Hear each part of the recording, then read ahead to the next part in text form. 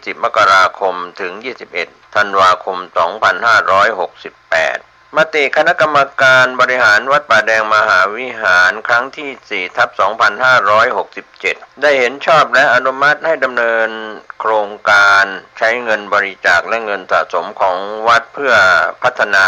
ปรับพื้นที่ของวัดป่าแดงมหาวิหารจึงขอเชิญชวนผู้มีจิตศรัทธาร่วมพัฒนา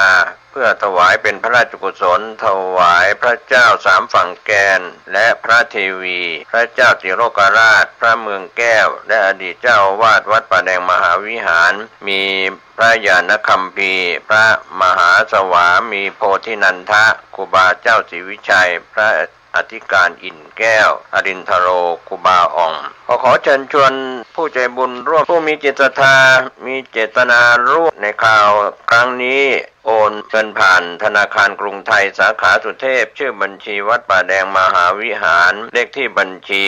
521064750สอบถามรายละเอียดเพื่อร่วมทำบุญได้ที่0818815690ก็เป็นโครงการปรับภูมิทัศน์และพัฒนาปรับพื้นที่รอบอุโบสถวัดป่าแดงมหาวิหารตำบลสุเทพอำเภอเมืองเชียงใหม่จังหวัดเชียงใหม่โครงการนี้เริ่มดำเนินการท่านที่จะร่วมบุญร่วมกุศลร่วมอนุโมทนาได้บุญได้กุศลได้ความดีโดยทั่วหน้ากัน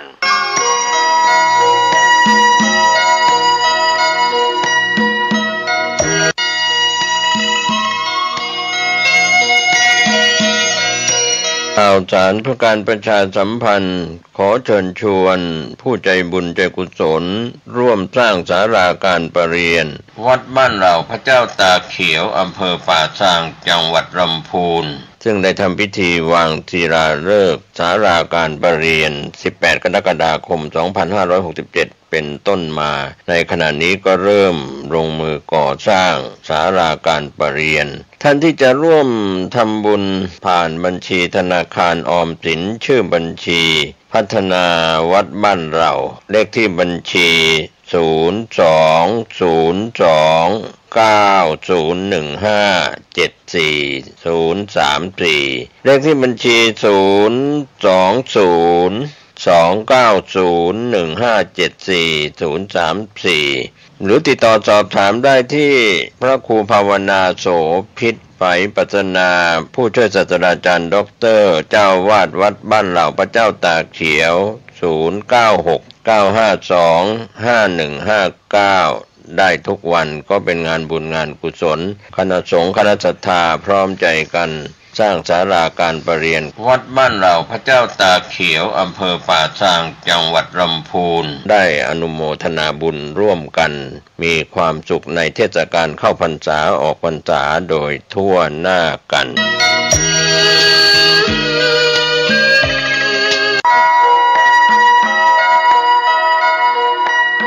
ข่าวสารเพื่อการประชาสัมพันธ์กำหนดการทำบุญสมโภชรูปเหมือนหลวงปู่มั่นภูริทัตโตมีกำหนดการอบรมสมโภชรูปเหมือนหลวงปู่มั่นตรงกับวันเสาร์ที่15 มีนาคมพุทธศักราช 2568 เวลา 16 นาฬิกา ณ วิหารธรรมหลวงปู่มั่นตำบลอ่อนใต้อำเภอสันกำแพงจังหวัดเชียงใหม่ก็เป็นส่วนที่ได้กราบอาราธนาพระสงฆ์เจริญจิตตภาวนาสมโภช 16 นาฬิกาวิหารธรรมหลวงปู่มั่นตำบลอ่อนใต้อำเภอสันกำแพงจังหวัดเชียงใหม่โดยมีพระประชานาถมุนีเจ้าคณะอำเภอกัลยาณิวัฒนาเจ้าวาดวัดดอนจันทร์ตำบลท่าสาราอำเภอเมืองเชียงใหม่จังหวัดเชียงใหม่พร้อมกับเจ้าภาพได้กราบอาราธนาพระสงฆ์ได้อบรมสมโภชรูปเหมือนหลวงปู่มั่นภูริทัตโตเสาร์ที่15 มีนาคมเวลา 16 นาฬิกาเป็นต้นไปท่านสามารถสอบถามรายละเอียดเพิ่มเติมได้ที่พระสมุสิทธิชัยทิตาปัญโย0929159341ก็เป็นส่วนงานสมโภชรูปเหมือนหลวงปู่มั่นได้กราบอาราธนาพระสงฆ์ใน วันเวลาดังกล่าวเชิญผู้ใจบุญใจกุศลร่วมงานนี้โดยพร้อมเพรียงกัน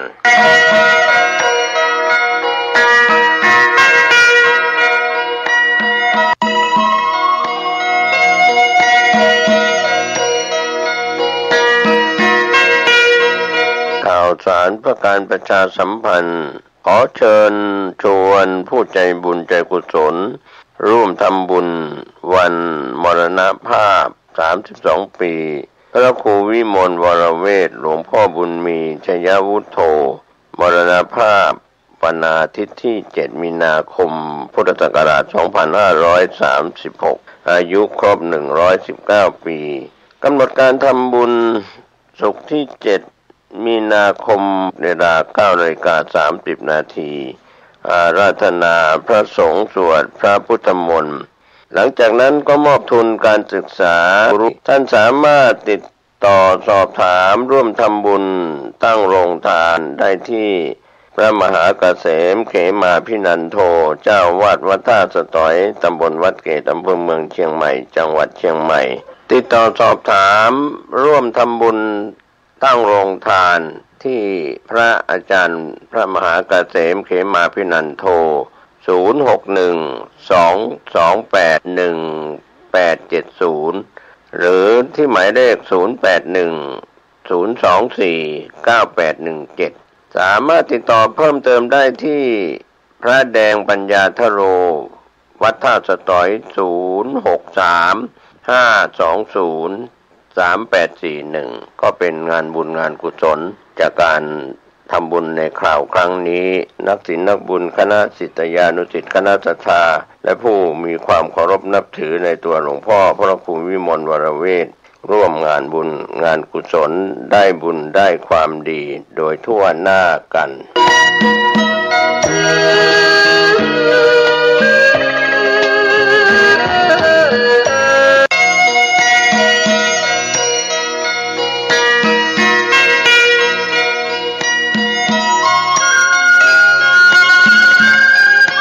ข่าวสารเพื่อการประชาสัมพันธ์ขอเชิญชวนผู้ใจบุญใจกุศล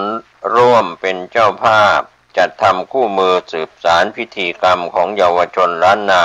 เล่มละ50 บาทหรือร่วมทำบุญตามเจตนาศรัทธาจำนวน 5,000 ถึง 10,000 เล่มท่านที่สนใจ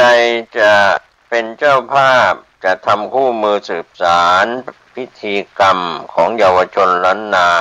โอนผ่านบัญชีธนาคารกรุงไทยเลขที่บัญชี511171438ชื่อบัญชีพระครูภาวนาโสภิตติดต่อสอบถามและร่วมทำบุญได้ที่พระครูภาวนาโสภิตผส.ด็อกเตอร์เจ้าวาดวัดบ้านเหล่าพระเจ้าตาเขียว102หมู่2ตำบลบ้านเรือนอำเภอป่าซางจังหวัดลำพูน51120หมายเลขมือถือ0969525159ได้ทุกวันทุกกายทุกใจวันนี้และวันหน้าโดยทั่วหน้ากัน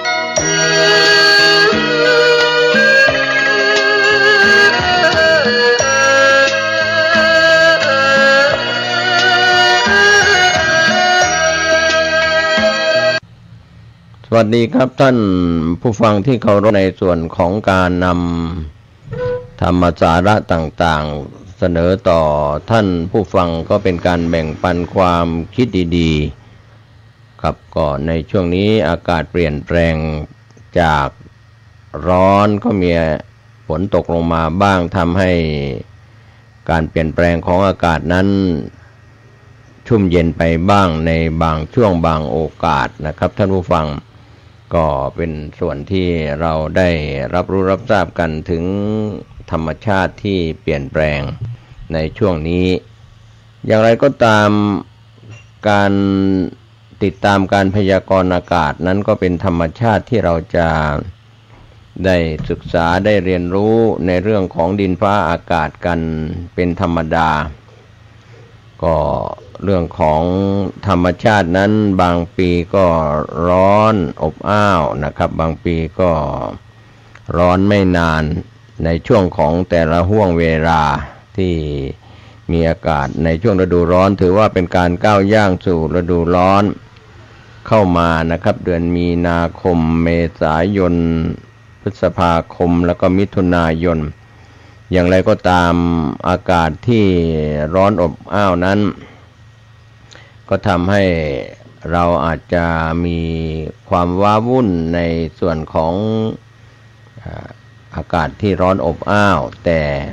ในช่วงฤดูร้อนก็เป็นเรื่องปกตินะครับที่เป็นความแห้งแล้งของบรรยากาศการที่ดวงอาทิตย์อาจจะเดินตรงศีรษะเราเพราะเราอยู่ใกล้เส้นกลางศูนย์สูตรอาจจะทำให้มีความร้อนในช่วงเดือนมีนาเมษาหรือพฤษภาก็ตาม 2-3 เดือนซึ่งฤดูร้อนนั้นก็มีอยู่เพียง4เดือนแต่การเปลี่ยนแปลงนั้นก็เป็นธรรมชาติที่จะอำนวยก็จะมีปัญหาเรื่องของพายุฤดูร้อนเกิดขึ้นอยู่เสมอที่อากาศร้อนแล้วก็จะมีลมแปรปรวนเมื่อลมแปรปรวนแล้วก็ทำให้อากาศร้อนที่ผสมกับลม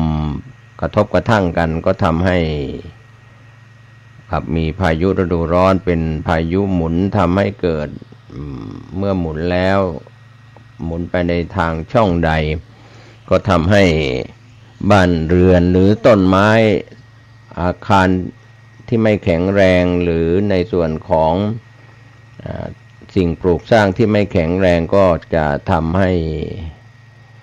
ก็หักโค่นลงมาได้ดังนั้นก็เป็นธรรมชาติของการเปลี่ยนแปลงให้ดูนะครับไม่ว่าจะเป็นรูปหรือธรรมชาติดินน้ำลมไฟอากาศก็สอนเราทุกวันในเรื่องของธรรมชาติที่สอนนะครับท่านผู้ฟังก็เมื่อธรรมชาติสอนเราในเรื่องราวต่างๆโดยดินก็เป็นส่วนดินน้ำก็เป็นส่วนน้ำลมก็เป็นส่วนลมธาตุไฟก็เป็นส่วนธาตุไฟแต่เมื่อเราเดินทางไปท่องเที่ยวทะเลในยามอากาศร้อนเราก็จะเจอกับลมทะเลคลื่นลมชายฝั่งก็มีลมอยู่ตลอดนะครับชายทะเลหรือริมฝั่งของท้องทะเลมหาสมุทรดังนั้นก็อากาศที่ร้อนอบอ้าวในช่วงฤดูร้อนคนที่อยู่ในภาคอื่นๆที่ห่างไกลทะเลก็จะลงไปท่องเที่ยวตามจังหวัดชายทะเลไม่ว่าจะเป็นแถวอ่าวไทยฝั่งตะวันตกฝั่งตะวันออกก็แล้วแต่นะครับสำหรับพี่น้องชาวภาคใต้นั้นก็อยู่ติดกับทะเลอยู่แล้วก็จะไม่ค่อยได้สัมผัสกับเรื่องอากาศที่ร้อนอบอ้าวเหมือนภาคเหนือภาคตะวันตกภาคตะวันออกภาคอีสานหรือภาคกลางนี่เป็นเรื่องของธรรมชาติคือที่เป็นรูปธรรมก็ถือว่าอากาศที่ร้อนนั้นก็เป็นอุตุเป็นการพยากรณ์อากาศในช่วงฤดูร้อนสำหรับประเทศไทยเราก็มีฤดูร้อนบางประเทศนั้นไม่มีฤดูร้อนแต่สิ่งที่ทำให้เรามีการเปลี่ยนแปลงไปตามอากาศไม่ว่าจะอยู่ในฤดูใดๆใน3ฤดูร้อน4เดือนฤดูฝน4เดือนฤดูหนาว4เดือนประเทศไทยเราก็ถือว่ามี3ฤดูในบางประเทศนั้นก็จะมีฤดูหนาวฤดูใบไม้ผลิที่ออกมาหรือในส่วนของร้อนก็ไม่ค่อยจะมีบางประเทศที่อยู่ใกล้กับขั้วโลกเหนือโลกใต้หรือในถิ่นแถบที่มีหิมะตกอะไรอย่างนี้ก็อากาศเย็นจน-0ก็เป็นหิมะตกกันในหลายประเทศในแถบยุโรปในแถบอเมริกาหรือหลายประเทศที่อยู่ไปทางโซนที่มีอากาศเย็นก็จะเป็นธรรมชาติสอนเราถ้าคนต่างแดนที่อยู่ในโซนของประเทศที่มีหิมะตกก็มีความทุกข์เป็นคนละอย่างนะครับถ้าเรานำหลักธรรมคำสอนในทางพระพุทธศาสนามาคิดมาพิจารณากันแล้วก็จะเห็นได้ว่าเรื่องของดินฟ้าอากาศนั้นแม้ว่า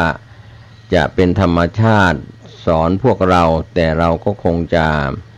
ไม่ได้ที่จะไปใช้เรียกว่ามีความทุกข์เพราะความเย็นความร้อนแต่อย่างใดขอให้เราได้พิจารณาว่าความร้อนก็เกิดขึ้นความร้อนก็ตั้งอยู่ความร้อนก็หายไปเรียกว่าเป็นธรรมชาติของธรรมชาติก็มีการเปลี่ยนแปลงอยู่ตลอดเวลาดังนั้นเราก็คงไม่ต้องวิตกกังวลอะไรกันมากมายนักในเรื่องของดินฟ้าอากาศของแต่ละประเทศถ้าเราเข้าใจธรรมชาติก็จะสอนเราเรื่องของความเย็นความร้อนในฤดูกาลต่างๆดังนั้นถ้าอากาศเย็นเราก็ต้องการเสื้อผ้าเครื่องนุ่งห่มกันหนาวที่ทำให้ร่างกายอบอุ่นถ้าในช่วงอากาศร้อนเราก็ต้องการความเย็นก็ส่วนใหญ่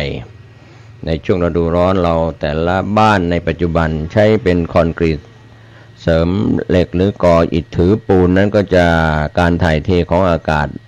ไม่เหมือนบ้านสมัยของคนโบราณในยุคอดีตปู่ย่าตายายพ่ออุ้ยแม่อุ้ยในสมัยอดีตเป็นบ้านไม้ยามกลางวันร้อนแต่พอตกเย็นและค่ำกลางคืนก็อากาศจะถ่ายเทแล้วก็เย็นสบายแต่ในปัจจุบันนั้นเป็นคอนโดเป็นตึกรามเป็นที่อยู่อาศัยแบบก่ออิฐถือปูนเรียกว่าจะต้องใช้แอร์หรือพัดลมอยู่ตลอดเวลาเพราะว่าการถ่ายเทของอากาศอาคารบ้านเรือนคอนโดตึกที่อยู่อาศัยก็จะต้องใช้แอร์คอนดิชันในการปรับอากาศก็เลยอาจจะผิดไปจากธรรมชาติบ้านไม้ที่อยู่อาศัยที่เป็นบ้านไม้ก็มีน้อยเต็มทีเพราะว่าป่าไม้ที่ถูกทำลายถูกตัดไปก็เป็นธรรมชาติที่สอนเราก็ใช้อิฐใช้ปูนก็ถือว่าเปลี่ยนแปลงไปในยุคปัจจุบันในต่างประเทศหลายๆประเทศก็เป็นคอนโดเป็นแท่งปูนที่สูงขึ้นไปนะครับพอกลางวันก็ดูดเอาความร้อนไว้พอพระอาทิตย์ตกไปก็คลายความร้อนออกมาดังนั้นอาคารบ้านเรือนในสมัยปัจจุบันที่เป็นตึกรามหรือว่าคอนกรีตเสริมเหล็กหรือก่ออิฐถือปูนอะไรก็แล้วแต่นะครับจะเป็นบ้านกี่ชั้นบ้านเดี่ยวบ้านหลายชั้นหรือคอนโดมิเนียมก็ตามนะครับก็อยู่กันอย่างเรียกว่าการถ่ายเทของอากาศนั้นอาจจะไม่สะดวกอันนี้นำเรื่องนี้มาพูดคุยก็ต้องการให้เห็นว่าการเปลี่ยนแปลงนั้นเป็นสภาวธรรมตามความเป็นจริงของสิ่งที่เกิดขึ้นครับก็เมื่อความร้อนเกิดขึ้นความร้อนตั้งอยู่ความร้อนก็ดับไปก็ในช่วงเทศกาลสงกรานต์เทศกาลที่เข้าสู่ฤดูร้อนเราก็จะมีการรดน้ำดำหัวสาดน้ำเล่นน้ำกันเพื่อคลายความร้อนนั้นก็เป็นช่วงตามเทศกาลที่มีอยู่เป็นอยู่ครับก็ถือว่าก็ไม่ถือตัวถืออะไรกันก็แสดงความเคารพนับถือกันก็รดน้ำดำหัวแต่บางภาคก็ใช้สาดน้ำใส่กันหรือรดน้ำกันแต่ปัจจุบันนั้นก็มีเรื่องที่ใช้น้ำแข็งเข้าไปแช่ให้เย็นแล้วก็ทำให้เกิดการสะดุ้งนะครับหรือทำให้ร่างกายปรับตัวไม่ทันนะครับคนที่เล่นน้ำสาดน้ำกันในช่วงเทศกาลสงกรานต์แต่ละปีก็บางครั้งเล่นน้ำผ่านพ้นไปก็ไม่สบายเพราะว่าอุณหภูมิภายนอกตัวร้อนแต่ว่าเมื่อเจอน้ำเย็นก็เป็นปัญหาปรับตัวไม่ทันอย่างนี้เป็นต้นเป็นตัวอย่างก็นำเล่าให้เห็นแบ่งปันความคิดกันว่าจะอยู่ในฤดูใดๆเราก็ต้องยอมรับความเป็นจริงว่าเมื่ออากาศร้อนเกิดขึ้นอากาศร้อนตั้งอยู่อากาศร้อนดับไปเราก็มีความเย็นจะเป็นพัดลมเป็นแอร์หรือธรรมชาติที่มีอยู่บางแห่งก็มีสถานที่เรียกว่าบ้านสวนที่อยู่ตามเชิงเขาเชิงดอยก็อาจจะอากาศถ่ายเทได้ง่ายสำหรับพี่น้องท่านที่อยู่ตามชายทะเลหรือ ชายฝั่งก็จะมีลมทะเลเป็นตัวช่วยก็แล้วแต่ธรรมชาติแต่ละคนนั้นได้มาไม่เหมือนกันในที่อยู่อาศัยที่พูดถึงเรื่องของที่อยู่อาศัยแล้วก็อากาศเนี่ยก็จะทำให้เกิดในเรื่องของสปายะในสปายะ7ข้อที่ผู้ปฏิบัติกรรมฐานก็ยังต้องแสวงหาสถานที่ใดถ้าอุดอู้อากาศถ่ายเทไม่สะดวกร้อนอบอ้าวในการปฏิบัติธรรมก็อาจจะเรียกว่ากระวนกระวายใจอยู่เหมือนกันหรือในถิ่นที่เป็นช่วงอากาศหนาวถ้าเราไม่มีเครื่องทำให้ร่างกายอบอุ่นก็จะทำให้กระวนกระวายเรียกว่าเป็นทุกข์ได้เพราะธรรมชาติดังนั้นความเย็นความร้อนจึงเป็นธรรมชาติที่มีอยู่กันในทุกประเทศในทุกถิ่นจะร้อนมากร้อนน้อยหรือว่าจะหนาวมากหนาวน้อยก็จะมีเป็นภัยพิบัติก็บางประเทศร้อน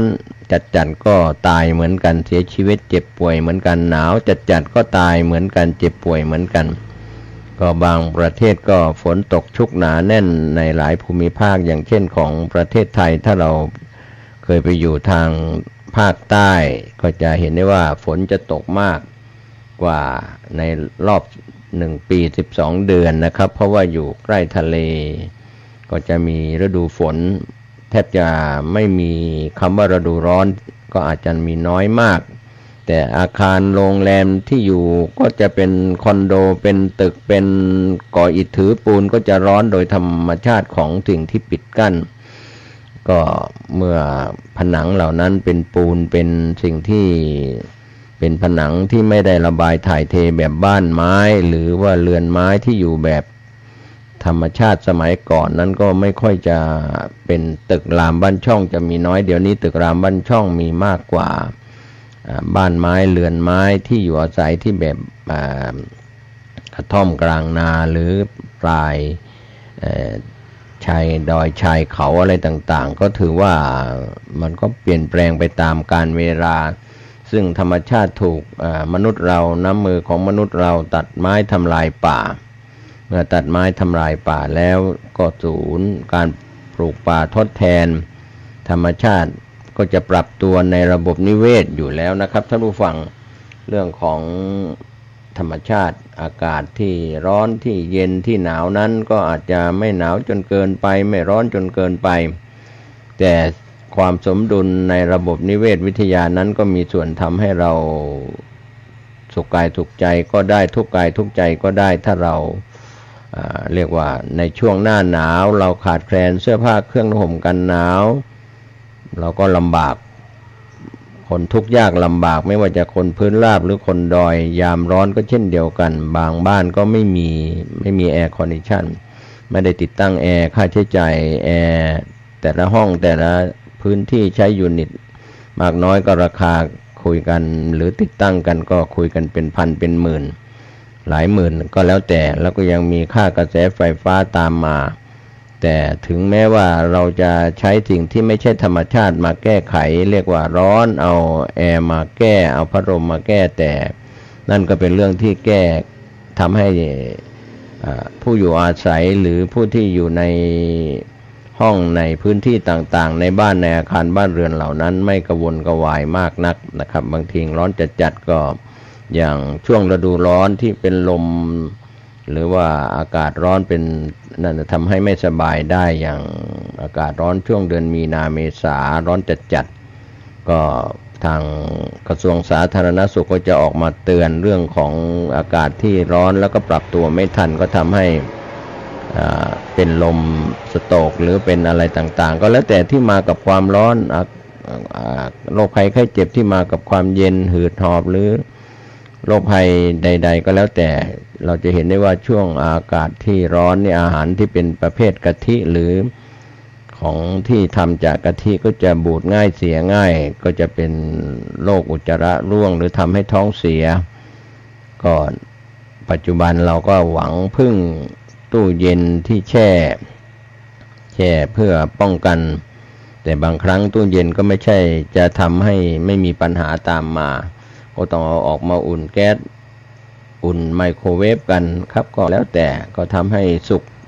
อาหารที่สุกใหม่ๆสะอาดสุขอนามัย ปัจจุบันอาหารที่ทำใส่ถุงพลาสติกเป็นแกงเป็นกับข้าวต่างๆก็ไม่มีการระบายอากาศนะครับก็ทำให้เสียง่ายบูดง่ายนะครับก็ขอให้ท่านระมัดระวังเรื่องของการบริโภคอาหารแต่ที่นำสปายะใน7ข้อมาแบ่งปันให้ท่านได้คิดพิจารณากันนั้นใน7ข้อนั้นก็มีข้อที่เกี่ยวข้องกับการปฏิบัติธรรมก็คือธรรมะสปายะ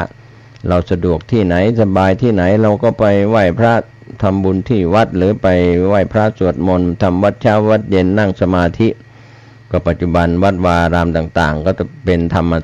สถานเป็นลมณียสถานที่ต้อนรับศรัทธาทายกทายิกาศรัทธาประชาชนเข้าวัดแล้วก็วิหาร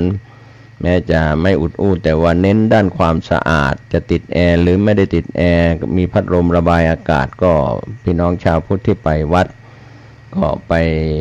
ปบำเพ็ญบุญก็ไม่ต้องลำบากในเรื่องของความเย็นความร้อนก็เรียกว่าทางพระสังฆาธิการระดับเจ้าวาดรองเจ้าวาดผู้ช่วยเจ้าวาดพระภิกษุสามเณรทายกทายิกาก็สร้างโบสถ์วิหารสร้างกุฏิก็ต้องบางครั้งก็ต้องติดแอร์ติดพัดลมก็แล้วแต่พัดลมตั้งพื้นพัดลมติดข้างฝาหรือแอร์ก็แล้วแต่นะครับก็แล้วแต่บางวัดบางแห่งก็พูดถึงเรื่องนี้ก็คือเรื่องของอุตุสปายะที่จะทำให้เราอยู่แบบชาวบ้านก็สะดวกสบายแบบชาวบ้านคนยากจนก็มีพัดลมตัวเล็กๆตั้งพื้น1ตัวในยามร้อนจัดๆก็พอประทังแต่ถ้าไม่มีจริงๆก็ใช้พัดหรืออะไรต่างๆก็แล้วแต่ฐานะความเป็นอยู่ของแต่ละคนแต่ละฐานะนั้นไม่เหมือนกันดังนั้นเรื่องของสปายะข้อเรื่องของอุตุสปายะเรื่องของความเย็นความร้อนเรื่องของอากาศนั้นไม่แน่นอนก็เป็นไปตามฤดูกาลสำหรับประเทศไทยแต่ในต่างประเทศนั้นก็เป็นไปตามฤดูกาลบางประเทศก็หนาวมากกว่าร้อนหรือร้อนแทบไม่มีบางประเทศก็ร้อนมากร้อนถึงตายอย่างเช่นแถบประเทศที่มีผิวดำอะไรต่างๆนี่อาจจะอยู่ในเส้นการเดินของดวงอาทิตย์ที่ใกล้ในช่วงก็จะทำให้อากาศร้อนนะครับแสงพระอาทิตย์ตรงก็จะเป็นลักษณะชาติพันธุ์อาจจะผิวดำแต่ว่าเรียกว่าประกอบกับผิวร้อนอย่าง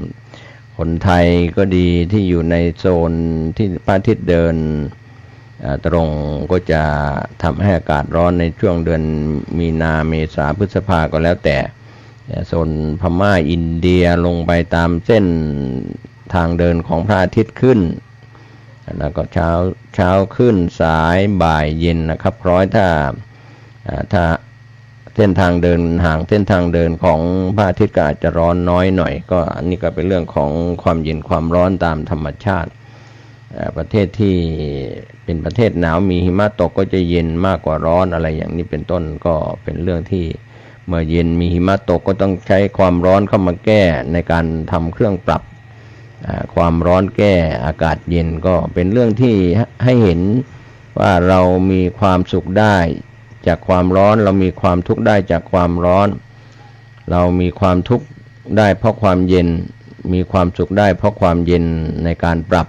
ตัวของแต่ละชาติพันธุ์ที่อยู่กันไม่ว่าจะพื้นที่ราบหรือบนดอยหรืออยู่ในที่ไหนก็ตามในถิ่นแต่ละประเทศนะครับท่านผู้ฟังอันนี้ก็เป็นเรื่องของความสุขความทุกข์ที่อาจจะสะดวกบ้างไม่สะดวกบ้างในอุตุสปายะส่วนที่อยู่อาศัยอาวาสสปายะที่อยู่อาศัยของพี่น้องก็เป็นอาคารบ้านเรือนตึกรามบ้านช่องคอนโดแต่เป็นพระคุณเจ้าหรือสำนักปฏิบัติธรรมวัดวารามก็เรียกว่าที่อยู่ที่จะสบายพอสมควรหมายถึงตามอัตภาพนะครับของฐานะถ้าเป็นผู้ครองเรือนชาวบ้านเราก็อาจจะมีบ้านหลังเล็กๆแต่คนมีอันจะกินก็อาจจะอยู่ตึกรามใหญ่โตมีบ้านจัดสรรใหญ่โตชั้น2ชั้นหรือหลายชั้นหรือเป็นคอนโดก็ตามอันนี้ก็เป็นอีกเรื่องหนึ่งตามฐานะแต่ว่าทุกคนนั้นก็มีที่อยู่อาศัยเป็นที่สบายเหมือนกันทุกๆคนแต่ว่าจะสบายแบบไหนอย่างไรตามฐานะเป็นเศรษฐีมหาเศรษฐีเป็นคนฐานะปานกลางหรือยากจนก็อยู่กันได้ แต่ภาพ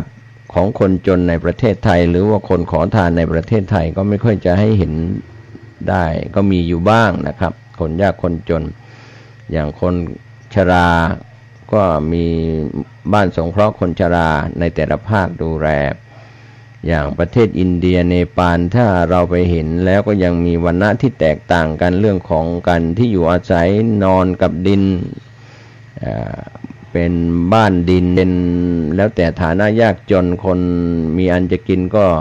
มีที่อยู่อาศัยดีหน่อยถ้าเรามีข้อเปรียบเทียบเมื่อเดินทางไปในแต่ละประเทศนะครับไม่ว่าจะเป็นในโซนเอเชียที่เราไปกันอย่างใกล้กับประเทศไทยเมียนมาลาวกัมพูชาเวียดนามมาเลเซียสิงคโปร์หรือชาติต่างๆใน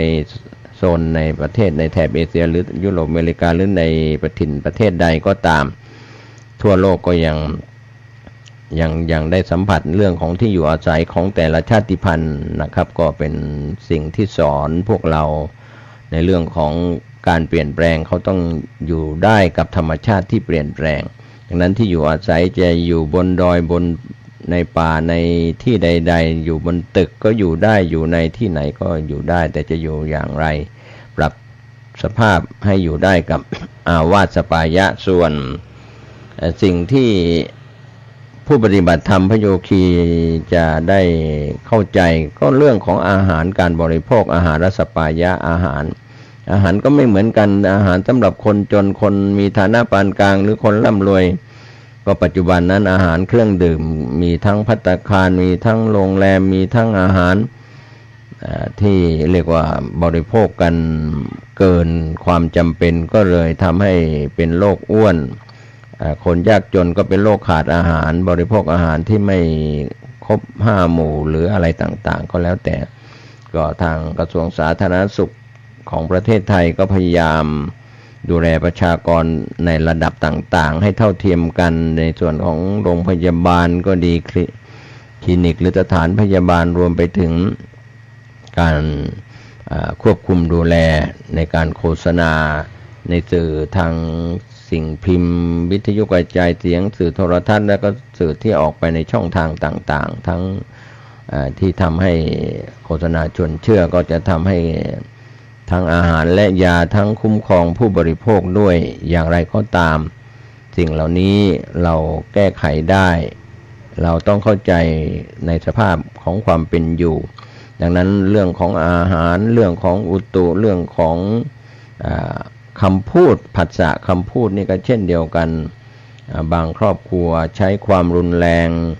เพราะว่าครอบครัวที่อาจจะไม่อบอุ่นแล้วก็พ่อแม่ลูกลุงป้าน้าอาญาติพี่น้องใช้คำพูดที่รุนแ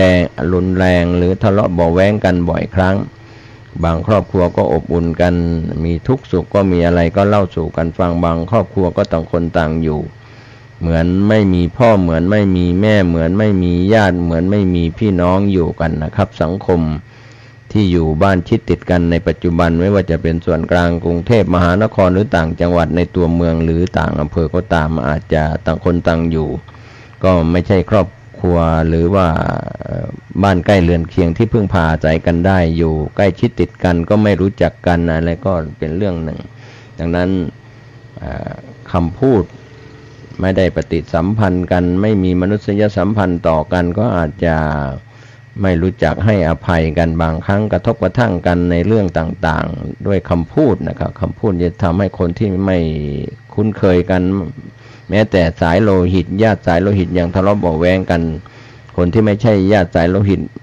ไม่เข้าใจกันก็คำพูดที่เป็นผัสสะสปายะพูดมีเหตุมีผลไม่ใช้อารมณ์บันดาลโทสะอะไรต่างๆก็เป็นส่วนหนึ่งวันนี้นำปกิณกะธรรมเรื่องของสปายะ7 บางข้อแต่สิ่งหนึ่งซึ่งเราจะต้องใช้ได้ทุกสถานที่ในสปายะนั่นก็คือธรรมะการปฏิบัติธรรมะการนั่งสมาธิการไหว้พระสวดมนต์การฟังเทศน์ฟังธรรมหรือการทำความดีใดๆจะ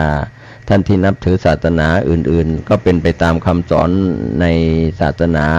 ในศาสนาของท่านในศาสนาของท่านนะครับท่านตุกกายตุกใจในเรื่องราวต่างๆเหล่านั้นวันนี้ก็นำเรื่องราวที่เกี่ยวกับสปายะ สะดวกสบายด้วยธรรมะสะดวกสบายด้วยอากาศเย็นร้อน